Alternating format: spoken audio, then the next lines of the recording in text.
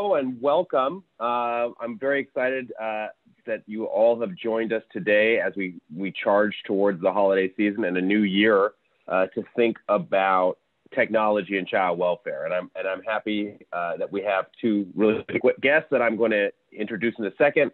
But I just kind of wanted to get us grounded in where we're going with this discussion today. So I'm Daniel Heimpel. I'm the publisher of the Imprint and the president of Fostering Media Connections. And today we're going to talk about tech and child welfare. And as many of you know, if I look at the attendee list, we've got people from the tech sector, but we have people from academia as well as within child welfare practice and policy. And often the conversation around technology and child welfare is crowded with jargon, acronyms, and language that is really just used by, no offense to you out there, but by tech geeks. So today we have two people who speak that language, but whose careers are focused on improving child welfare. We have Molly Tierney, who you see there. She is the child welfare industry lead in Accenture's North America public sector practice. And we have Scooter Ward. He's a former deputy chief information officer at DC's Child and Family Services Agency. I wanted to kind of ground this conversation in a column recently written by our guest Molly, she recalls popping into a coworker's office from her leadership team when she was running Baltimore Child Welfare Services Agency, and this leadership team member had printed out a 114-page Excel spreadsheet and taped each page end to end like a scroll. With her reading glasses perched on the edge of her nose, she was scanning each line in search of duplicates. And this is for the kids in child welfare. I understood in a flash that she had zero confidence that our SACWIS or any other computer would do that for her. I'm pretty sure I stopped breathing. Dumbfounded, I softly closed the door and backed away. She, like many of her colleagues, thought about data on paper and in single data points. 18 months later, we had a reliable count and learned that we had 3 times as many kids in foster care as you might expect in a city the size of Baltimore. That was the starting point for our slow, careful journey to get children home. A decade later, we had reduced the number of children in foster care by 72%. And while many efforts contributed to this outcome, it was anchored in data we believed in. So, this is what this whole conversation is about. It's about getting past inputting data and looking at spreadsheets to what can you get out of the data and how can humans go ahead and do the work that they need to do and how can data facilitate that. So obviously better technology is not going to improve outcomes, but technology that is ancillary to the humans doing the work is going to do that. So that's what we're here to talk about today. To start that conversation and folks in the audience, I just want to say, please use the chat box to start popping in questions so we can work that into our Q&A. We typically have very lively Q&As. I'm sure, given all of your thoughts on this subject, that we're going to have a lively one today. But to start it out, I just want to ground the conversation with Scooter and Molly on what is the state of technology in child welfare today. So, Molly, you want to take that first? Yeah, let me take a crack at it and then, jump in, Scooter. I think that it's sort of in a really interesting precipice, right? And I remember it was the 90s when we got SACWIS systems, which were the case management systems that most child welfare agencies use today. And they're sort of mainframes, think like black screen, green cursor. Right. And that a lot of labor to get information into them. And they were delivered to child welfare practitioners as here you go. Congratulations. Here's your technology. Now be happy about it. And don't forget to put stuff in the system. Right. And we've, as a field, been doing great work under dated systems. I guess that's the short answer to the question is, boy, it's out of date. And while the consciousness that it's out of date is now clear to all of us, that's happening at a time when federal legislation, not just for new case management systems that are being built all over the country as we speak, but at the same time, changes in practice are happening. And so I feel like that's the really interesting thing that's happening is we're having a moment where we can bring technology up to speed, but also not just do technology over there, but have technology be driven by, and here's how we're changing practice. And we need our technology to undergird what we're trying to do with practice. And so the sort of, it's a careful dance to get those two things going together. I don't know if that resonates with you, Scooter. Is that how you're thinking about it? Yeah, I think one of the things when I think of SACWIS systems when they first came out is they came out to be a repository for information, right? And as that a place to put information so that you could account for audits, do federal regulations and all of those things. So that information was housed in one place, and it was almost like we're putting it in there. We don't need to think about that until we need to use it. Now, as practice has shifted, what tools are really needed are those that help people in practice do their job without dictating what they need to do.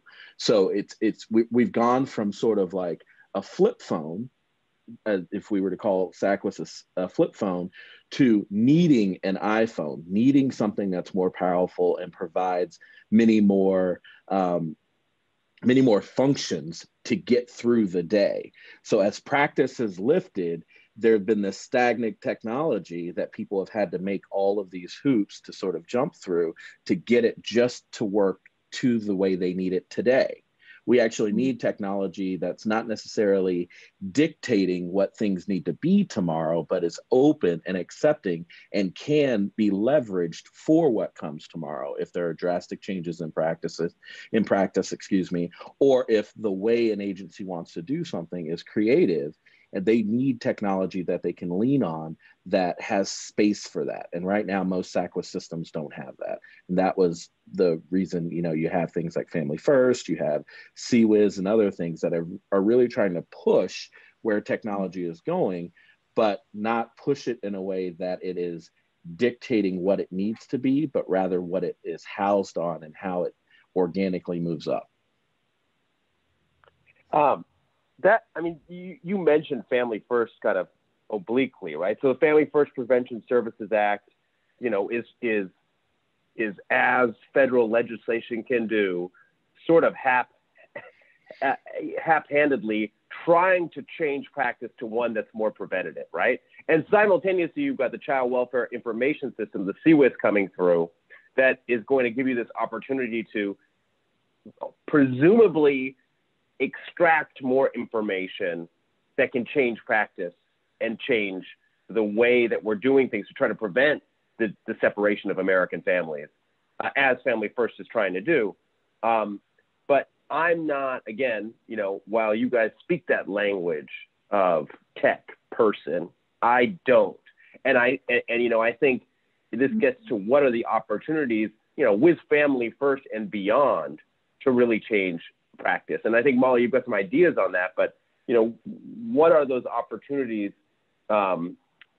What are the opportunities, let's start with, that we have as we really modernize the field through tech? Around Family First, we could start there. Right, which is, such a powerful opportunity, right? And really what I think the federal government is trying to get practice to do is to follow the money, right? By being clear, here's what we're going to pay for, here's what we're not going to pay for. And I think in following those goals, like kids more likely to be in families, kids more likely to be in their own families, avoiding stays in foster care, I feel like technology has a couple of things it can be doing.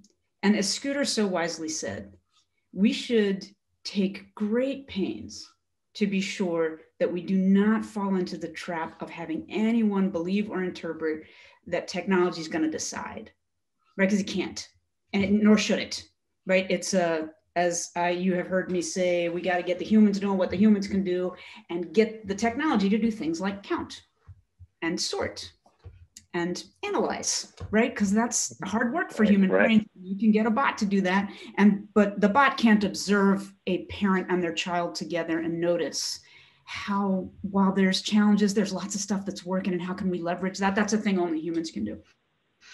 But it's harder for the humans when information isn't sorted, organized, and categorized for them, right? And so I think about CWIS solutions as sort of having technology having two purposes. Like if you think about it this way, those of us who have been inside child welfare systems know this. Everything is always burning. Everything is on fire constantly, right? And it is those who get in and stay in it are wired like firefighters. We're all ready to run into the burning building.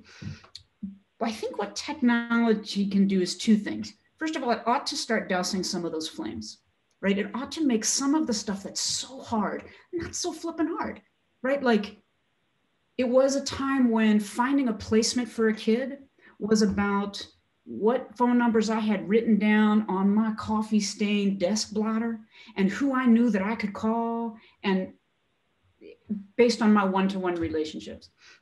Technology should help us know at all times, here's an accurate list of foster homes in which there's actually space right now. And something about those foster homes, like they boys, they take girls, they take teenagers, they take babies, they're ready to take a kid with a disability, whatever. Like you need to know these things. And you got to know a couple of things about, not a million things, you know, a couple of things about the kid so you can figure out, wow, what if I could, like this, see which are the homes that my agency has licensed to take a kid of this profile and are in the same zip code as with the place I'm going to have to remove this kid from, because now the kid doesn't have to change schools, and maybe this doesn't have to be quite as awful as it would be, right? That kind of work is done with fingers and little pieces of paper by caseworkers now, when that is a thing technology could do. Help the worker see, here are the 5 foster homes, a match that you could pick from, you can only pick, but here's 5 to start with. I think the purpose of that, of dousing flames, is of course important, but also so that we can see beyond them. And that's the next promise of the technology, is we got to make a bunch of stuff that's too hard. We're going to make the wrong stuff is hard, right? We got to make the right stuff hard. And then also be able to get at the helicopter view, which is a thing you cannot do with SACWIS, right? You can't do it. You can't see the pattern, right? And if we could see the pattern, then we might be able to say, well, now I can see from this zip code, Baltimore City is a great example, 21217, 40% of all the calls for abuse and neglect come from 21217. That's the location of the proverbial burning CVS that many of you saw when Freddie Gray was murdered. That zip code, what if, in addition to helping those kids one by one, if we could also see, hey, look at all those kids. Let's see the pattern of what's happening in that neighborhood. And what if we knew? Well, the reason kids are coming to our attention in that neighborhood is because after school, they're left home alone. Well, maybe what we need to do is open up some after school programs, right? In that zip code that kids are going to walk by on their way home from school. They're going to be so tempting, they're going to go inside. But that, that's the promise. I'm gonna stop. Go, Scooter. Yeah, no, I think, Molly, I want to expand on your helicopter analogy a little bit and drill down, because when you're in a helicopter, you're looking at a drone shot in a movie, you see everything, right? And so if everything is on fire, you don't know where to land the helicopter to be safe. And when you look at things like, I'll use my 13-year-old son, who we adopted from foster care in DC. He's now decided he was a vegan until I explained to him he couldn't eat chicken as a vegan. Now he no longer wants to be a vegan, but that's just how Norman rolls. One of the things that was really insightful for us was when we were able to pluck him up at 2 years old and say, okay, he needs to go to pre-K 3 in DC, where there's universal pre-K 3. You're able to look at, we couldn't at that time depend on the agency to tell us the schools that were best suited for his needs, because they didn't necessarily know that, because everybody wasn't at the table. And I really think technology can foster everybody being at the same table without even being in the same room. You share the information that this school is great for kids with, mental deficits or reading delays or speech delays. Or you say, if your child needs these sorts of things, this is the kind of therapy or after school programs they could have. And then you're sharing all that information in a way that then tells the school district, oh my gosh, in that zip code that Molly mentioned, all of these kids need after school care. There are 4 schools in that zip code. We can put money in there, and it's not a constant fight between 2 agencies or a constant discussion even between 2 agencies. People are walking into the room with the same set of thoughts because that information has been shared from systems that are talking to one another about the principals who are involved. So you're able to see from that helicopter analogy, these are all the people on the outskirts that need to be coming in. And this is how we can bring them in, by sharing that information. So then you also move towards, you're able to, as you said, Molly, the things that need to be hard, and the things that need to be easy, need to be easy. One thing that needs to be hard is data duplication. It is not difficult, right? From a technology standpoint, but every single time I talk to a jurisdiction about their SACWA system, they talk about, we have so many duplicates. Mm-hmm. It should not be hard, even if you spell the name wrong, but you get the address right, or vice versa, or you get the zip code wrong. There should be something there that comes back and tells the person putting in that information, are you sure? Could it have been this you wanted to see? Or could it have been this person, this location, these people? Is this person connected to this other person? Because this person is also in our system and lived at this address. All of those are things that for the most part are done manually, or somebody catches it, or at some point maybe 2 checks are sent out or something like that occurs, and folks are made aware that, oh, there's a mistake in the system. That is what should be hard. Right. What should be easy is for a worker to be able to go to a home, to do a visit, to go to a school, to do a visit, to record that visit, to put in the information, to do it from a Starbucks when we can go back to Starbucks, and McDonald's when we can go back to McDonald's. Do all of those things in a way that meets them exactly where they are. Because so many young social workers talk about, they go into the agency and they feel like they're in a time warp.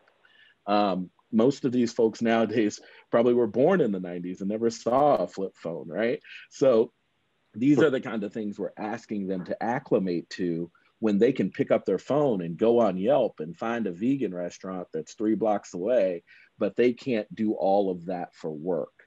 And I think as we continue to progress with technology and child welfare, we'll get them there. But we have to keep it from being a point in time solution to a future-proof solution, to something that people can take a look at and see, like, okay, this is where technology is right now, but are we building this in a way that we do not have to completely re-architect it for this agency or for these people when technology changes 4, 5, 6 years from now? Okay, Molly, I know I can tell you want to jump in. I know that much from you, but I just want to pull one thing out that I think is an interesting concept, which is that if you have a data system that really can take you up following this drone or helicopter metaphor. I like the helicopter because somebody's at least got a job, right? I guess drone operators. But anyway, you're in the helicopter, you're looking down. But you talked about something which I thought was very interesting, which was the concept, and you said it too, Molly, is that there is sort of a possibility to read or distribute money based on what we can extract from these child welfare systems that could be cross-system, which when we talk about, again, family first prevention through Title 4E of the Social Security Act, I mean, we need bigger than Title 4E of the Social Security Act if we are going to reinvigorate the lives of children that have been set back by virtue of 21217 or the zip code where you end up or otherwise. So I just thought it was an important concept to kind of take out and think about. And the other one was, Scooter, you mentioned walking in and being able to record and take that data down point in time when you're there, And this comes up to a question that came already from the people listening, from Stephanie Zolman, and then kind of followed up by Lola Cornish. looking forward to your discussion of how you are maintaining the security of personal data on these children, because, this is all very sensitive. Integrating data systems with highly sensitive personal information in them is incredibly challenging. Any suggestions? So I just want to we think about this incredible power. How do you mitigate some of that concern? Scooter, I want to take this from a practical perspective and then ask you to take on the security question from a technical one, because I surely don't know the answer to that. I think the two things. First, I heard you to say, right, we need a lot more resources to get right by kids in this country. And I believe that is true. And at the same time, we have got to stop spending dollars on things that don't work.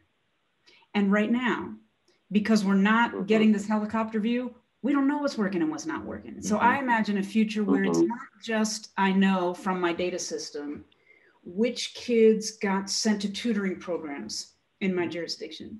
But because I know where I spent dollars on a tutoring program, and I have a data relationship with the school system, I also know which of those kids succeeded in getting to the next grade or improved their reading scores or whatever my measure wants to be, so I can see. Now I can be saying, and which of those tutoring programs actually worked. Those are the ones I should be spending dollars on. In social services, we have a long history of spending dollars on things that people care a lot about. And I think that's very sweet. That's important that we all care. And also, we have to get on these children's schedule, and that means we got to be doing things that work. I think, and it allows it allows the people involved to walk into whatever conversations are had from a proactive standpoint rather than a reactive standpoint. You're not hearing new information when you walk into the room if these platforms are exchanging information in the proper way. So folks from the school district or mental health care professionals or whomever are coming to talk to the agency, they're coming equipped with the same information that the agency has, and the agency is equipped with the same information that the school district or others have. And there's a collaborative conversation rather than, I didn't know we had 103 kids who needed reading supplementation, or, I didn't know we had 500 kids who needed this or that. Everybody has the same level of information, and it allows them to work in a collaborative fashion rather than, these are my blocks that I'm bringing to the table. You have your blocks. We don't know if they sort of cross, and we can use, cross efforts to solve these problems. We just know I have what I have, and you have what you have. And that's the stance, unfortunately, in a lot of jurisdictions nowadays. And I think that this question about prevention is an equally important one related to this data sharing thing. And I want to give two ways of thinking about it. Imagine a scenario where a worker is going into a home because there's been an allegation and they have to go to an investigation. And part of the allegation might be the cops are always over at that house because there's always something going. They're always stopping by and it's dangerous. And the kid never goes to school. And it's a little kid, right? And the difference for that worker walking in the home going, all I know is somebody said something. And on their smartphone, inside their secure system, a data exchange with the school that says this child actually has a 98% attendance rate, and the cops haven't been to that house in 4 years, is really different than that person knowing cops actually are there 3 times a week, and this kid has a 40% attendance rate. Those data points wouldn't make the decision for the worker, but they sure would inform what they did next, right? Isn't it's of course, we worry in child welfare about both positive and negative errors, right? Am I bringing a kid into care when I could have kept them safe at home? Or did I need to bring a kid into care and instead they got left to their peril? And I think a worker not knowing, I know somebody said that the kids are always home and not going to school and the cops are always there, but in fact, that's not the truth. Might help us know, well, what do I need to understand to keep these kids safe at home? So, and so the risk of us not sharing the data falls to children. So when we start thinking about, there's a lot of noise, we're worrisome sharing data, and data governance is a battle that needs to get fought. The consequences of not sharing it falls to children. I have a vivid memory of my time in Baltimore where, like most jurisdictions, we review child fatalities, the deaths of children, because we want to sort of come to understand what could we do to prevent them. And one thing that we noticed over a span of years was that there was a pattern of babies that were dying, all of whom's moms had the baby before the mom was 15. Now, as soon as I saw it, I thought like, oh, this is great. This is leaping off the page with statistical clarity. All I got to do, because I'm sitting in a room, imagine me sitting in a room with all the folks who work at the hospitals and saying, this is great. All you got to do is tell me when you have a live birth of a child from a mom who's under the age of 15, and I'll bring help. We'll bring supportive services, because surely it's hard enough to raise a kid when you're a kid. It's a really hard, and let's just be helpful. And I'm going to tell you, to a person, they flipped out. No, we can't share that. HIPAA this, and you can't share that. And I was like, Right. what is wrong with you? What? I am, as you can see, to this day, incredulous that we retreated to, nope, can't share. And I think, right, and the consequences of not sharing were serious, really serious. Well, I mean, I think you bring up so many good points. And Scooter, I know I don't want to keep on jumping in, but I feel like I kind of have to. I mean, it's like these conversations, the two of you guys moderate each other. But this question of so what you're saying, Molly, is clearly, we know from the data certain things that are quote unquote predictive, right, of child protection involvement. Whether or not that equates to maltreatment or not, that's a different conversation. But we know what is indicative.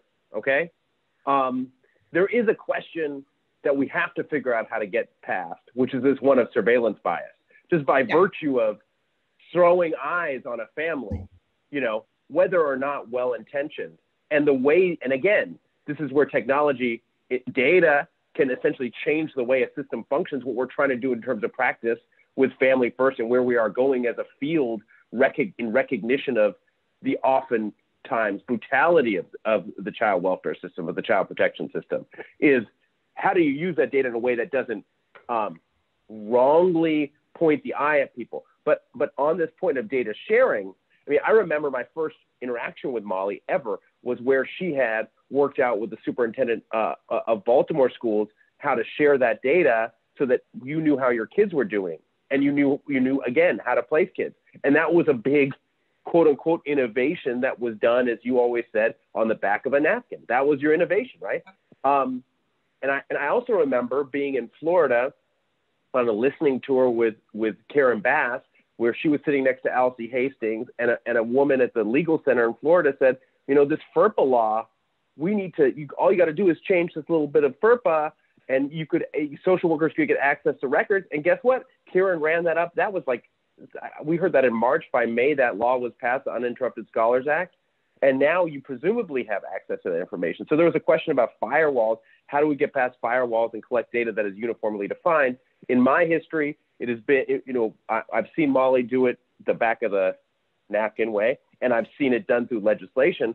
But, I think we're begging the bigger question about what do we need to do to break down those firewalls and create the integration? And we're getting a lot of questions on that. So, I mean, this webinar is getting very quickly out of control. So I said that. You guys can keep on going, and I'm going to try to wade through all these wonderful questions that are, so important. I do want to talk about the sort of data ontology and data security topic that came up earlier, because, I'm a firm believer that in any agency or any organization, folks only get what they want. And Daniel, you spoke earlier to sort of like the tech nerds in a room talking about tech stuff. Tech people want to build really cool stuff. We want to make it really snazzy so that folks can use it. But oftentimes at agencies, workers aren't the people talking to the tech people. It's someone in procurement who wrote up an RFP that may not know all the nuances of how an agency works, or it's someone in leadership at an agency who's like, I just need something that does this. And it's so targeted that oftentimes folks just go and build that, particularly tech people, right? And on the tech side, like, I've seen incredible agencies who've really stepped in and brought in sort of private sector practices of having product managers and all these other things who are asking those questions to workers of, okay, how does this need to be secured? Should we be blurring out this information? Should we include this? Is the social security number sufficient for an ID for the child, or are we using their case ID? Do you call it case head, or do you call it this? And there are all these sort of different things that exist there that I really think the answer is a collaborative approach at what I like to call the customer level, which is the agency, a collaborative approach of where they come together and talk through all of those things so that, you know, every time Molly says child name, parent name, school name, all of those are sort of secured pieces of information that need to be treated differently, along with social security number, birth date, and all of those sort of identifying pieces that need to be treated differently than school or what the kid's allergic to. You know, all these kinds of things from a technology standpoint, particularly for people who haven't worked in child welfare, just sort of are dumped on a desk, and you just start, you know, you start coding and building accordingly. And then you inevitably turn it back over to the agency, and they're like, this is not what I need. Why can I just see the child's name? Why is the parent showing up? This was an anonymous call for service. Why do I see this person's name? You should be able to say anonymous, and then we don't see those things. But we're getting better at those conversations. But I think a lot of these questions asking about data integrity and some other things really hinge on tech coming together with practice in a way that talks through what those are. Now, CWIS is a great start. I think it did a huge leap on those things, but at the ground level, when you're talking about the things that are really, really agency specific, the larger conversations need to be had that aren't just a byproduct of what the federal legislation was. I want to ask you a question about that, Scooter, because I really feel like what you're talking about is the frontier. That, you know, we came into this knowing, all right, well, you know, sort of across the country this round, knowing, well, we have to have practitioners in the mix to tell the technologists what we want, and that's good. And we did a whole bunch of human-centered design, and how can we really learn from what the practice needs? And when one gets to implementation, it's a pressure cooker, right? Mm-hmm. Because the practice is desperate for help, but you got to give me something better. And technology is on the clock. We got to hurry and implement something because stuff's got to get delivered on a schedule. And I wonder what your thoughts are about how to keep those very different disciplines in the same conversation.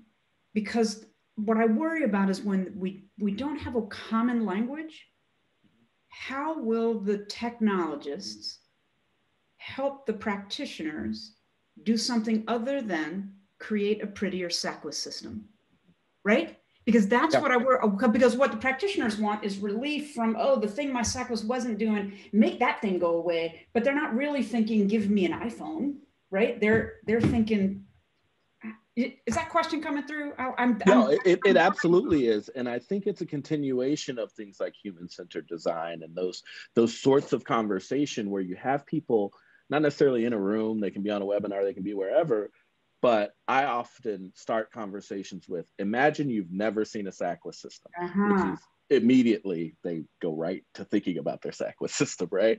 But, and I do that on purpose so that I can say, okay, now, if you had the Sears wish book, which I grew up in an era, you got that at Christmas, you dog-eared all the pages. Sure. And if you grew up anything like me, you didn't get anything you dog-eared. But nonetheless, you get your Sears wish book. What would you want intake to look like? What would you want how you handle court cases in your SACWIS to look? How do you want education to look? Then how does that look match the function? How do you translate that into a mobile instance? What are the things you have to have mobily that you may not need to have desktop, or vice versa? And having those conversations that really drive people into architecting a solution wherein you know the 12 things the solution has to do, excuse me, but there's still maybe 30 wants. And those wants really are what I think lead us to future-proof solutions. Wow. Because you may say, okay, I see that you want 30 things. We can put in 15, but practice may change in the next few years. So those other 15, we can still build them, but it may look very different if we do it now and then have to do it again. Because when you're getting something, it's sort of like going to buy a new car. You want leather seats, you want a sunroof, you want a convertible, maybe, well, I guess you can't have a sunroof and a convertible, but you want a list of things. And then you go and you see, okay, maybe I can't get this and that. Can't get a convertible and heated seats, or I can't get this and that. But it informs what you want to do if you go to buy your next car, or when you go look at the next place. So I think having those kinds of conversations where people are designing their wishful system, still having in the back of their mind their current system, because every sentence when you say, okay, how do you want to do intake? It starts with, well, in our current system, we do it like this, and we have to worry about this. And if you do this, there's a duplicate. I try to wipe that slate clean and just say, no, how do you want it to work? And then have, particularly large technology companies, not even large ones, most technology companies now have people who translate that into what requirements need to look like at various different levels and deliver much better solutions for customers, whether they be child welfare or anyone else. It's very interesting. Question about that dream system. You know, there's some big matzo balls out there in terms of problems within the child welfare system. And I think I just indicated that I'm Jewish, and we are just finishing Hanukkah. So that there for the matzo ball reference. But you think about, for example, you know, I was talking to a child welfare leader not long ago just about meetings, right? So visit and visitation. So with the coronavirus, you know, visitation obviously got cut down. They're doing a lot more by Zoom and by telephone and stuff like that. And sometimes that works fine. I mean, sometimes you don't, you know, families need a lighter touch, and you can figure out how that works better. But it gets to this question of, you know, there's big issues with the workforce, this compliance-driven workforce that needs to fill out paperwork and all these types of things. And they have these SACWA systems where they're just, you know, taking from a Excel spreadsheet and then just cutting and pasting, putting stuff in, SDM. They got all this stuff. They got all this data entry and all this stuff they got to do. So you got these workforce questions. And this, what, you know, how does this dream CWIS system get us to a place where we're dealing with that better? How does it get us also to a place where I want to go? And we had a question from Samuel Martin talking about, you know, he was asking about surveillance bias and through the lens of race specifically, but also, you know, we're in a moment, we're talking about racial disproportionality and the incursion of the child welfare system on Black and brown families. So when you think about that dream system, how does it start getting to some of these big, as I like to call them, matzo balls? I think one way is to do what you just did, Daniel, sort of like just talk about them. Yeah. Right. And I think a lot of times in agencies, they don't talk about the big problems because they still don't think technology can solve them, because what they're sitting with right now isn't meeting that need. It's, you know, sometimes I'm talking to an agency and I say, okay, imagine a universe where you only need to put in demographic data once. And I cannot tell you how many sighs, eye rolls, and laughs I get. I'm like, it's just like filling out a bank application online. You don't have to put in your name and address and race and date of birth and all that multiple times.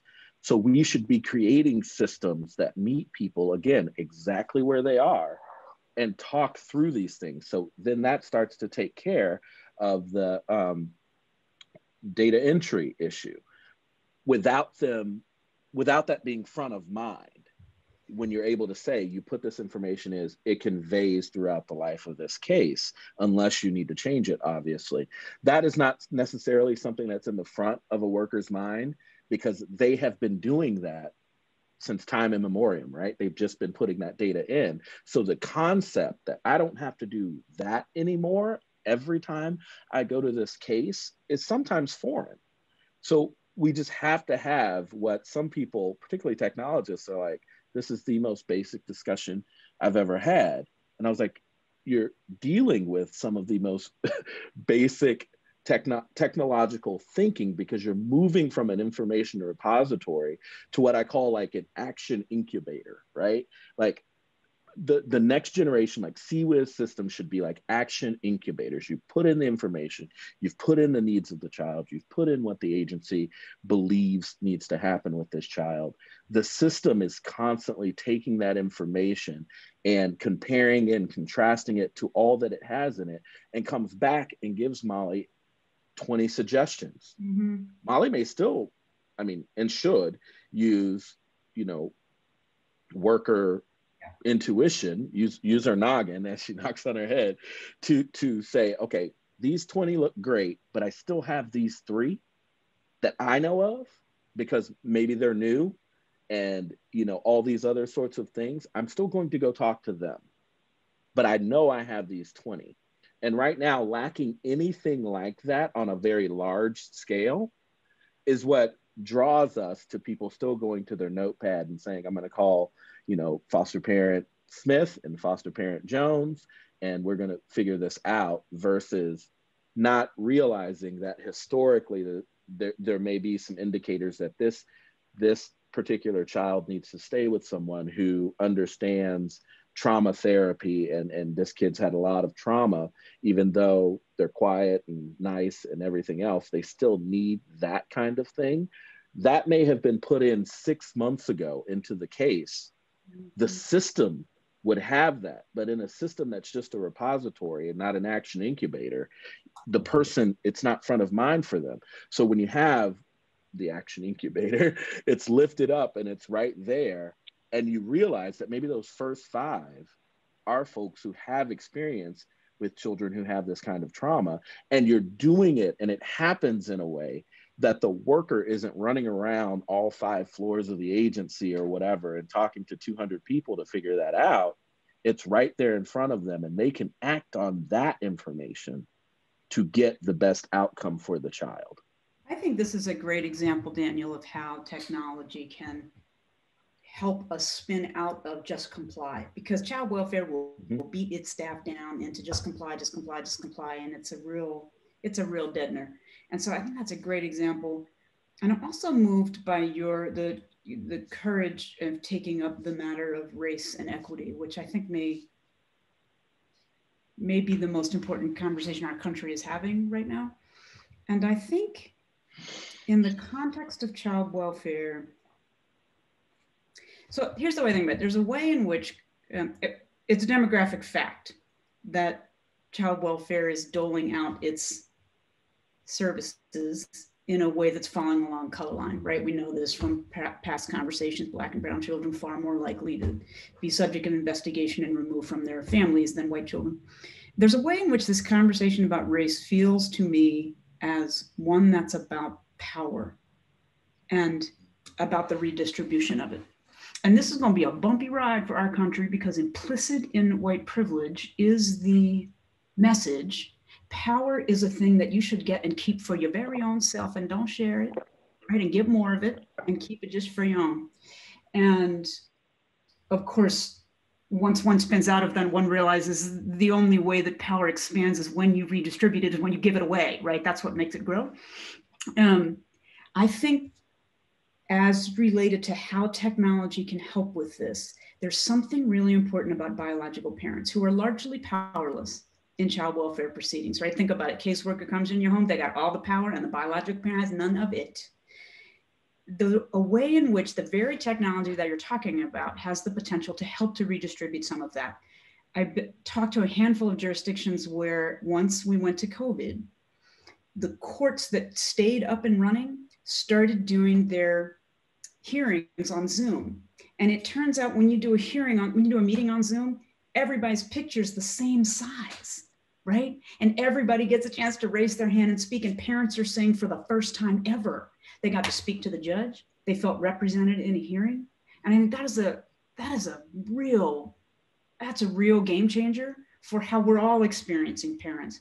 And I also note part of building these CWIS systems, everybody's hot on these external portals, like how we can be better at sharing information. And when they start thinking about external portals, they think about, like, I have a portal for foster parents, and I got to have a portal for service providers, and I need a portal for a school teacher. And way, way down, if you mix it to the list, is, well, why didn't the biological parent have access to that portal where they can see what's the state of my case? What's the case plan? I can submit documents. I can chat with my caseworker. Like, I can have this sort of participation. I can have a share of the power in decision making that's going on with my very own family, and I think that will help child welfare move into a different way of being and practicing around the color line that it struggles with so mightily. I don't know if that resonates with you, Daniel, as I stumbled through describing it. Well, I mean, you talk. I mean, you talk on the ground level. So, you're talking about, you like to say the transactional level. So you're talking about, what is the interaction between the biological parent and the system, technologically speaking. So, I think it's a point well taken. If you can, it's for parents. I mean, for workers, it's about compliance. But for parents, it's all about compliance. So if, as opposed to having to come down to the court with some paper signed by somebody in your AA group or wherever, you can submit it electronically. That gives some power back. So I think you're right. I think also, my question is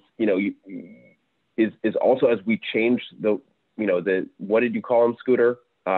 Action incubators. I love that phrase. Action incubators. So these action incubators, I mean, I always think about things through transparency lens, and there's a question we had about this that I think is salient to this point that I'm kind of trying to make. And this comes from Nancy Blackwell, the ED of the Congressional Coalition on Adoption Institute. She said, when we think about the arc of data integration into child welfare, there is some resistance to information gathering and integration because it may shine a light on leadership and staff deficiencies. How can we reconcile this? And so, I think that gets to part of this question. I'm thinking about it like a journalist always. Well, what is the accountability piece? What is the transparency piece? And then I think if you've got these action incubators that are gathering and spitting out data in a new way and giving opportunities for new ways of going, to what degree does that become public? To what degree does that shame child welfare leaders into better practice, or laud leaders who have done a good job on that? I mean, what is at the macro level a way that technology can be in service of trying to beat back these kind of such glaring disparities that we're talking about here? Well, I think naturally, like, you can't possibly get better at anything unless you have all of the information needed to act upon. So, I saw the question in the chat, and I immediately thought about, what if you're sick? You want to know or you need surgery. You want to know if your surgeon's a bad surgeon, right? Like, that information should be out there, but you don't want your hospital hiding that from you necessarily. So I look at that much the same way. Like, we have to use the information at hand in order to get better. It doesn't help anyone to sort of, tamp it down and hide it under the rug. It eventually comes out because somebody picks up that rug to sweep under it, right?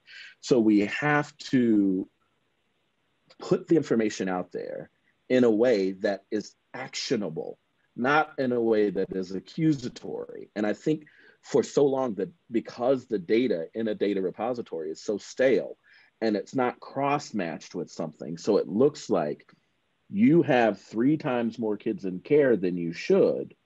But if you knew that, drug rehabilitation programs, the enrollment in those had gone up 4-fold, right? And you're able to cross-match, are some of these children's parents in these programs? Is this happening? And you're able to, again, just work across systems, both physical and computer systems, to get the real information, because no one silo of information tells all the story. So one silo of how many children you have in care, and another silo of how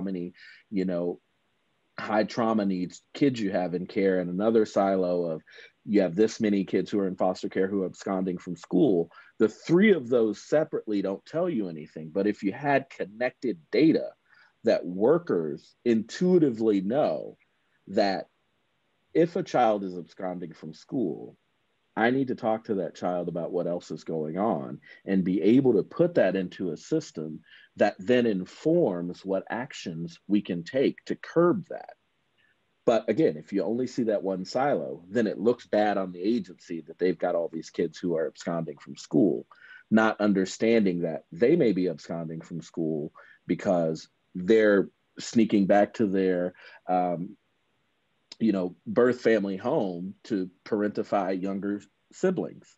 So that may mean that family needs more support. And lacking all of that sort of cross information in a place that's right there in front of a worker on a screen really holds us back. And you made a great point that I just want to touch on before Molly comes on, is that I really think COVID has propelled us to a space that we see how care can be provided without needing to be in an office. It has forced, in many ways, visits via Zoom, hearings via Zoom, meetings even via Zoom, in ways that weren't even thought of before that. And I think it shows us that a lot of the things we thought were very difficult, the collective we, not necessarily me, but the collective we thought would be difficult in sort of a remote world, are actually pretty easy. It's probably much easier to schedule a meeting with a parent, foster parent, youth, or birth parent via Zoom, if they have that capability, than it is to schedule a time for them to get off work, to make it to a visit, or for you to come to their home and make it to a visit. You're able to do those things probably much more effectively and just sit and talk, where it's not a computer in between the two and someone's typing, or there aren't a ton of other things going through someone's mind because they're doing it on their lunch break and all those types of things. I think those things have really propelled us forward and forced agencies to see that technology can really be your friend when you use it in a way that really promotes the practice and the needs of folks you're involved with. So to this question of just leadership, shining light on leadership, I mean, what you're basically saying is that through integrated data, leadership should want that, period, and should want that out there as well, because it can, help give the context to get the services that are needed for the families, services period. And the funds and whatever else is needed. I'm sure it's super hard to go to the mayor or deputy mayor or whomever and say, hey, we need more funds for therapy needs for our children, when you can't make that cross connection. It's instead just what you know in your gut because you know it's there. But if you're able to show it in black and white and say, this is the reason we have this many kids falling into this tranche, is we need more supportive services surrounding this particular issue. And I think most agencies aren't equipped to do that, not because they don't want to, so they have to sort of finagle things to get to a space where they're just comfortable giving the numbers. I think that's really true. And also, it just strikes me, there's something about what you said, Daniel, or it was in Nancy's question, leadership and staff deficiencies, how it might shine a light on that. And I've just been long curious about why we don't apply that kind of thinking to child welfare. So for instance, if anybody participating in this webinar went to a drive-through to a fast food restaurant and opened up a burger to find a bug in the bag, you all know we would be right back up in that restaurant saying, oh, what? Yeah. You would get your money back, you would get another burger, whatever, like you would address it, right? And we don't have that sensibility on behalf of the customers of child welfare, right? So like, I wonder, back to the notion of this portal, a portal might be used for older youth in foster care. And older youth may be the single greatest source of understanding the quality of our foster homes, because they understand it from an angle we do not understand it. And why don't we want to hear from them? I was in this foster home for 6 months, and I can take the little survey and rate that foster parent on, and how did that foster parent do, right? The parent could do it with a caseworker. We don't want to rely on that body of people for information. And I think we're afraid of it. We're afraid of shining a light on it. And I think the families being served deserve the opportunity to inform us about how our behavior is affecting them, how it's working for them, what are the kinds of things that make a difference. And we do that. If you do it on a very small scale because somebody marches in your office to say, I like this or I didn't like that. But we're not doing it, to Scooter's point, on any kind of scale where we could make use of that organization to reward the behavior we seek and curb the behaviors we want to change. Absolutely. We're running low on time, unfortunately, but I got some questions that I just would like to get to here. We have one from Katie Adams. She says, are there any groups gathering information about tech developments? I think it's important, for child welfare professionals, with a thought of helping agencies stay abreast of what is available.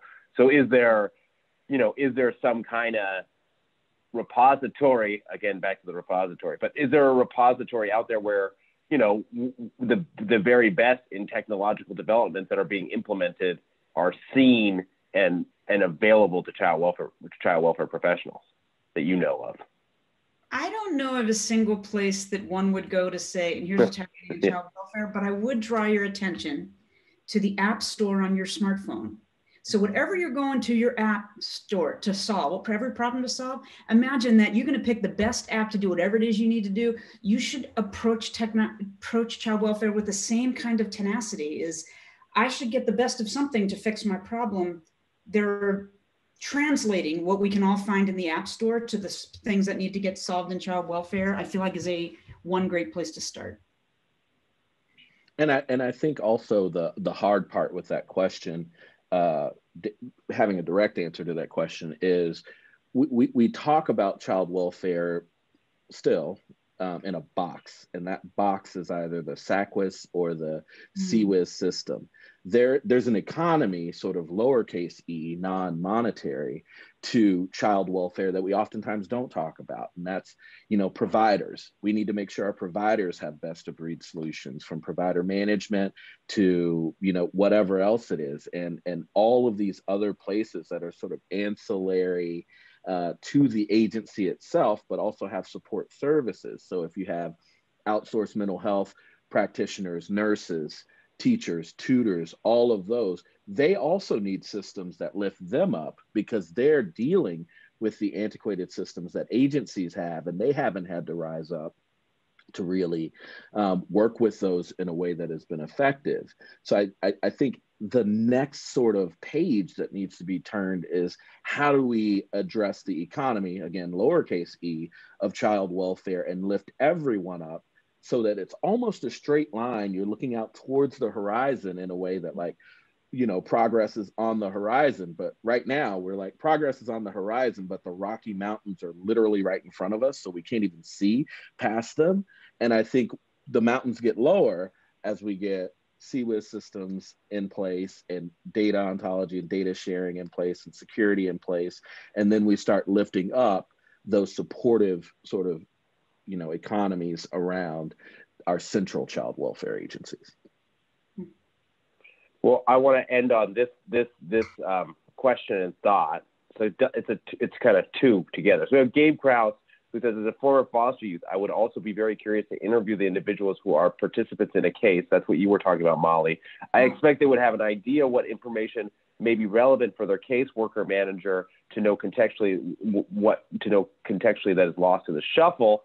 And then we have, can we create Yelp for foster homes? So there is kind of this confluence of, being able to extract information from the people who are experiencing these systems, and then creating something that we could see in our everyday technological world that would help. I mean, I just would reflect on as we close out here, and I've got one more little comment that I want to share because it's a good one. But just as we close out, Yelp for foster homes, just such a obvious kind of idea. What are you excited to see in 2021 that's going to, be just some common sense technological solution coming to child welfare? I think less about individual solutions. I am looking forward in 2021, child welfare demanding great tech. Because if you're out there in the field right now, you should expect that of yourself. You should demand it of the things that are brought to you, and beat a drum about it. Like it's time. It's time. And from my standpoint, I second what Molly says, but also sort of the launching of the first generation of CWIS systems that will probably go live next year at some point in time.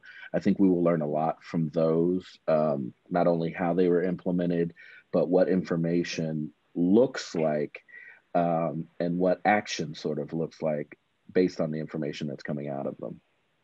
And actually take a strong approach to getting that feedback from the workers, the actual workers, like the folks out there doing the visits and everything else. Like, how does this really feel? And that's not to say that supervisors and everybody else aren't workers, but I think really having that conversation with the folks who are using this day in and day out, beyond just the approval processes and some of the back end pieces, but how is this working for you doing your actual job? Because it should not be an encumbrance. It should make it easier.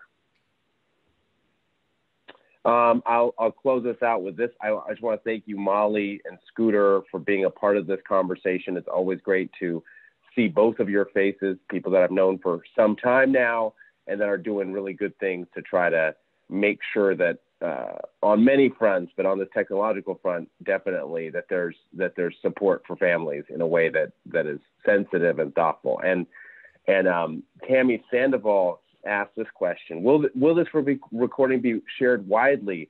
Because CUZ, there's a bunch of peeps that need to hear this. So the answer, Tammy, is yes, it will be shared widely. And I think John Kelly has a mind to turn some of this conversation into a podcast as well.